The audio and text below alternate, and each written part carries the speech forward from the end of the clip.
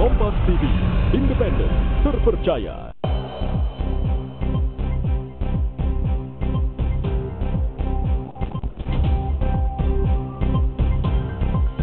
Badan Narkotika Nasional Provinsi Sulawesi Selatan melakukan tes urin ratusan pegawai pengadilan negeri Makassar.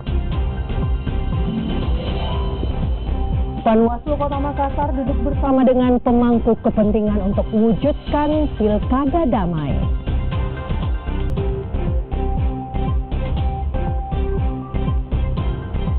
Selamat pagi, saudara. Apa kabar Anda, saudara? Pagi hari ini Kompas Sulsel hadir menjumpai Anda dengan 3 berita utama dan beragam informasi baik dari dalam negeri maupun dari mancanegara. Di sesi dialog nanti, saudara, Kompas Sulsel akan membahas mengenai kemoterapi melawan kanker.